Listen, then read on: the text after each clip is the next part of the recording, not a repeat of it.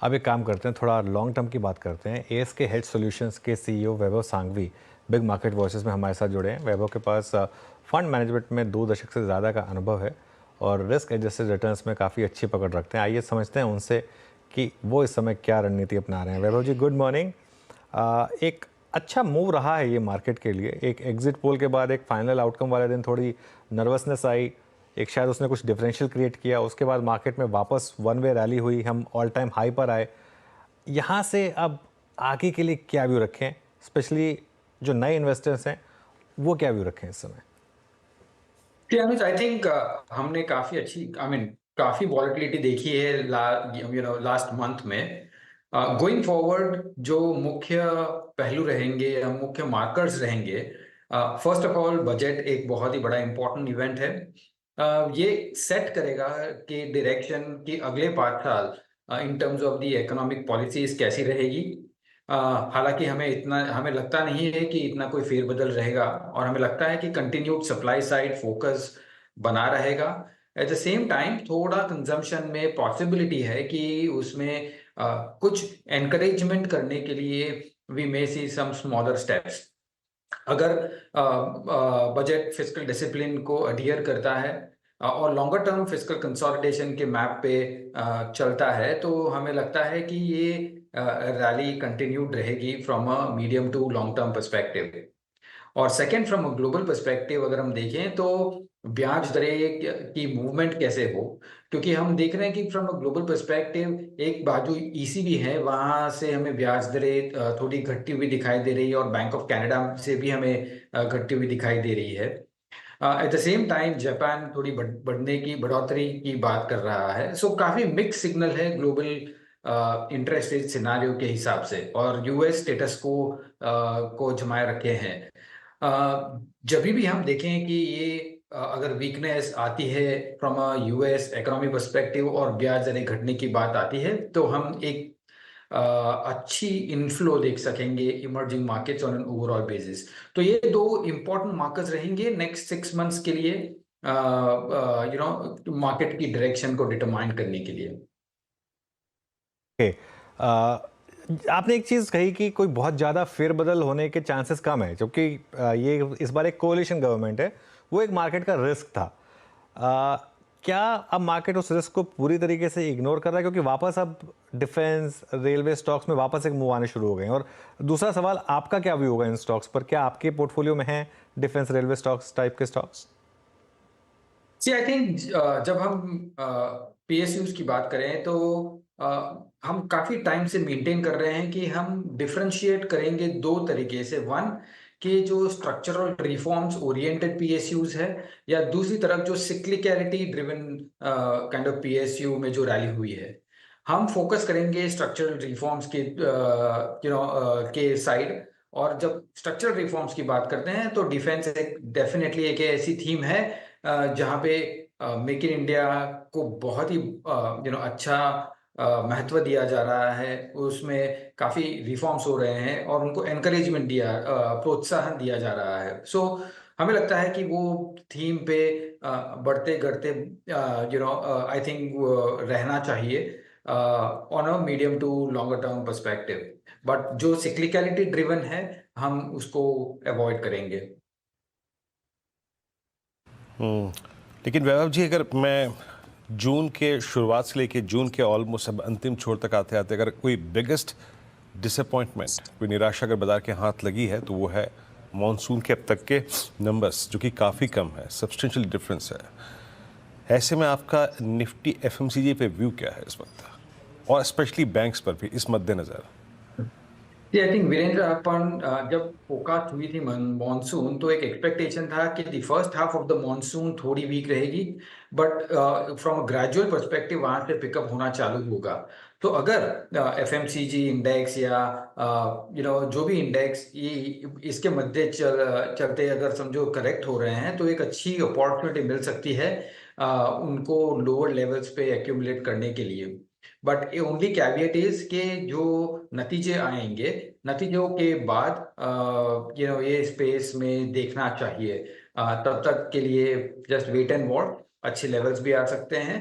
और उसके बाद जो जब सेकेंड हाफ में मानसून की रिकवरी हो सकती है, तब हम देख सकते हैं इसमें काफी अच्छी तरह से मोमेंटम पकड़ सकते हैं।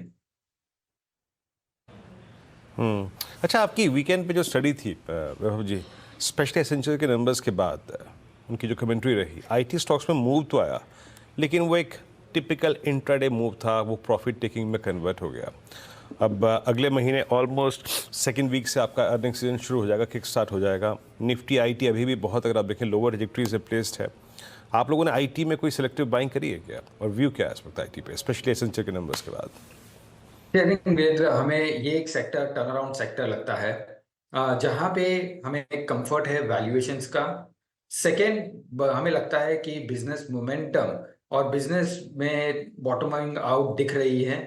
अगर हम कमेंट्री भी देखते हैं, काफ़ी मैनेजमेंट की मीटिंग्स में भी देखते हैं, तो एक क्लियर इंडिकेशन है कि एटलीस्ट बिजनेस बॉटम आउट हो चुके हैं, और यहाँ से कितनी देर पे रिकवरी होगी वो देखना पड़ेगा। But from a macro stand point, जिस हिसाब से आर्टिफिशियल इंटेलिजेंस की जो हमें हमको भय था कि ये काफ़ी डिसरप्ट कर लेगी इंडस्ट्री को, इनफैक्ट ये काफ़ी रेवेन्यू को प्रोत्साहन दे रही है। हम नए ऑर्डर्स देख रहे हैं कि वहाँ से आ रहे हैं। सो ऐसा एक सेक्टर है जहाँ वैल्यूएशंस वेरी रीजनेबल है from a cash flow perspective, cash flow yield perspective. Business bottoming out है। रुपी अगर हम देखें तो मार्जिनल डेप्रिसिएशन की दौर पे चल रहा है, क्योंकि डॉलर इंडेक्स स्ट्रांग हो रहा है। So from an overall macro perspective हमें लगता है कि ये एक सेक्टर है फ्रॉम मीडियम टर्म पर्सपेक्टिव, यहाँ से अच्छा रिटर्न दे सकता है। और वैभव, एक स्पेस जो काफ़ी एक्टिव हो गई है वो है टेलीकॉम। हालांकि यहाँ बहुत ज़्यादा लिस्टेड स्टॉक्स नहीं है, लेकिन शायद इन फ्यूचर जियो की भी लिस्टिंग हो जाए। लेकिन क्या ये स्पेस यहाँ से पैसा बना के देगी इन लेवल से आपके हिसाब से? सी अनुज, आई थिंक ये क्लियर केस है in terms of operating leverage, because यहाँ से अगर टैरिफ बढ़ते हैं, जो काफी कंसेंसस है और एनालिस्ट का भी मानना है कि यहाँ से टैरिफ्स बढ़ने चाहिए, आरपू बढ़ने चाहिए। और अगर आरपू बढ़ता है तो इन माय व्यू कि ये स्ट्रेट हिट करेंगे in terms of the bottom line. और from a longer term perspective इसमें तो बिजनेस में तो कोई डिबेट है ही नहीं, प्योरली बिकॉज जो जिस हिसाब से डेटा कंजम्पशन हो रही है, जिस हिसाब से पेनिट्रेशन हो रही है, तो मुझे नहीं लगता है कि from a business stand point में कोई एनी इश्यू है। सो अगर वो टैरिफ्स बढ़ते हैं या आरपू में कन्वर्ट होते हैं अच्छी तरह से, तो इनकी प्रॉफिटेबिलिटी बहुत ही अच्छी बन सकती है, और मीडियम टू लॉन्ग टर्म के लिए ये एक्साइटमेंट कंटिन्यूड रहेगा फ्रॉम अ सेक्टरल पर्सपेक्टिव। एक और स्पेस जो मैं आपसे आपका व्यू जानना चाह रहा था वो है फार्मा। ऑफ लेट काफ़ी शानदार मूव्स आए हैं फार्मा स्टॉक्स में।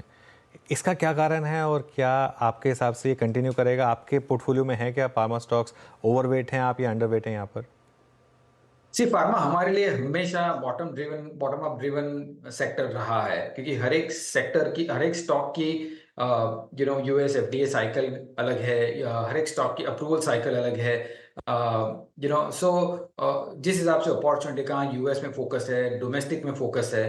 बट एक या दो ट्रेंड में शायद बताना चाहूंगा कि वन की यूएस जेनरिक प्राइसिंग अगर हम देखते हैं कि वहाँ थोड़ी प्रेशर बढ़ रही है from a pricing perspective.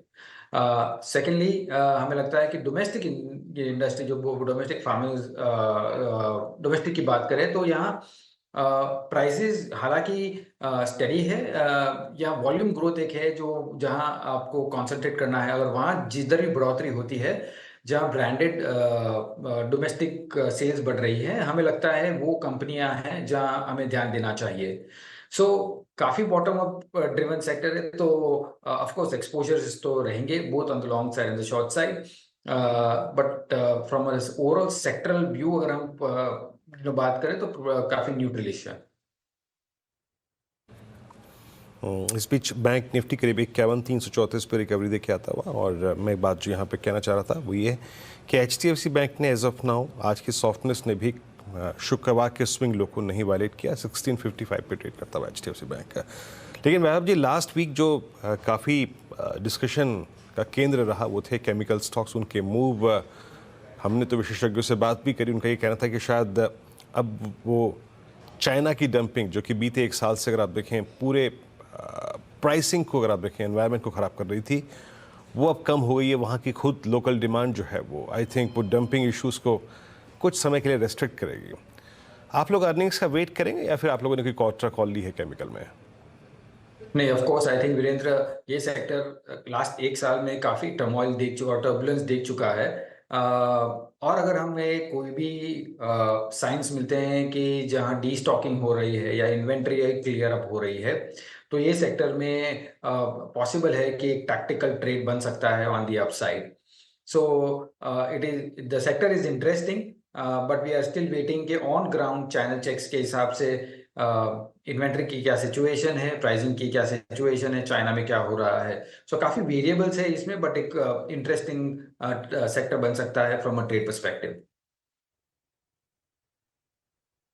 Interesting लग रहा है आपको? आई थिंक ये स्पेस मूव अच्छे हैं और जब अगली बार आपसे डिस्कशन होगा तो फिर आई थिंक और खुल के बात करेंगे, but commentary as of now आपकी केमिकल से पॉजिटिव है।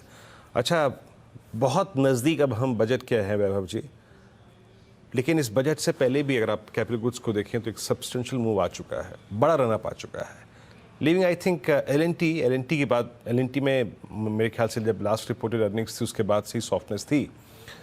आपको बाइंग के स्कोप या फिर कहते हैं वो जिसे कहते हैं ना ये प्राइस अट्रैक्ट कर रहे हैं पोस्ट बजट के किसी अच्छे मूव के एक्सपेक्टेशन में? सी आई थिंक बाजार, अब विडंबना कहे या कंफ्यूजन या डायलेमा जो भी कहे, ये देखने में है कि बजट का रुख किस बाजू बैठता है, इन द सेंस कि जो केपेक्स में जो फोकस था, जो जिस हिसाब से परसेंटेज ऑफ जीडीपी का स्पेंडिंग था इन terms of the capex, infrastructure and so fourth, वो कंटिन्यूड रहता है कि नहीं। हमारे आकलन के हिसाब से आई थिंक वो कंटिन्यूड रहेगा, और ये सेक्टर में भी हमें लगता है कि from a medium to longer term perspective interest बना रहेगा। अगर वीकनेस कोई होती है तो आई थिंक वीकनेस एक अपॉर्चुनिटी की तरह देखना चाहिए overall industrial cap goods infrastructure space में। सो वी आर पॉजिटिव, और बजट के हिसाब से भी हमें नहीं लगता है कि कोई बड़ा सरप्राइज आएगा फ्रॉम द नेगेटिव पर्सपेक्टिव। अच्छा, एक आखिरी सवाल, एक स्पेस जिसने बहुत पैसा बना के दिया है वो है ऑटो और ऑटो एंसिलरी। आप कोई भी स्टॉक उठा के देख लीजिए, कोई भी, 2 व्हीलर हो, 4 व्हीलर हो, उसमें भी कोई डिफरेंशियल नहीं है। एंसिलरी स्टॉक उठा के देख लीजिए, सब ने बहुत पैसा बना के दिया है। क्या अब यहाँ पर वैल्यूएशन थोड़ा डिमांडिंग हो गए हैं, और क्या इन लेवल्स पर आप कोई ऑटो स्टॉक्स खरीदेंगे?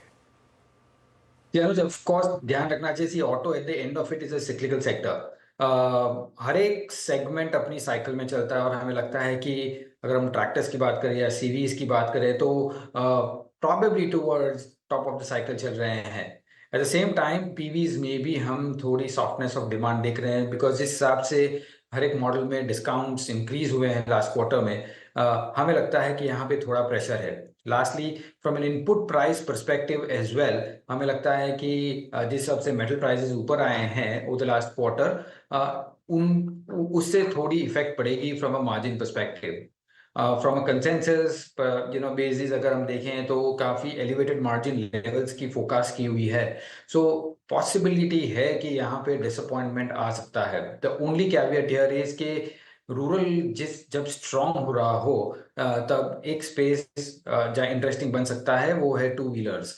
सो पॉसिबली है कि वहाँ थोड़ी मोमेंटम कंटिन्यूड रहेगी, बट अदर सेक्टर्स में I think would be best avoid. और lastly, from an auto ancs perspective जो आपने कहा, आई थिंक ये काफी मिक्सचर है in terms of from a local and global opportunity both. So auto ancs पे हम काफी पॉजिटिव है as compare to autos by themselves. Okay, चलिए, बहुत बहुत शुक्रिया आज हमारे साथ जुड़ने के लिए वैभव जी, और ये सारे के सारे इश्यूज़ पर बात करने के लिए। चलिए अब आगे बढ़ते हैं। एक और इम्पॉर्टेंट इशू, आज से 18वीं लोकसभा के